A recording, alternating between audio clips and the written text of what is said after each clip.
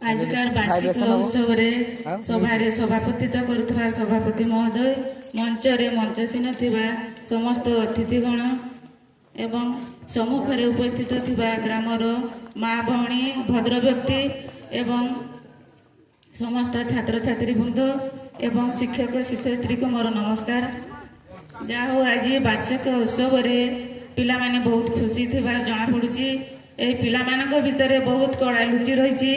यार मुख्य भूमिका होची शिक्षक शिक्षयित्री मानकर एवं पिला माने मन दे पाठ पढ़ एवं मन दे पाठ पढ़ी ए अंचल ए स्कूल ए गाँव ना रख भल पाठ पढ़ा भल परिवेशटे दरकार एवं भल पाठ पढ़ एवं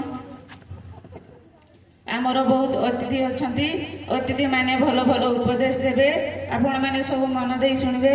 मु विशेष किसी कहूना। धन्यवाद। नमस्कार।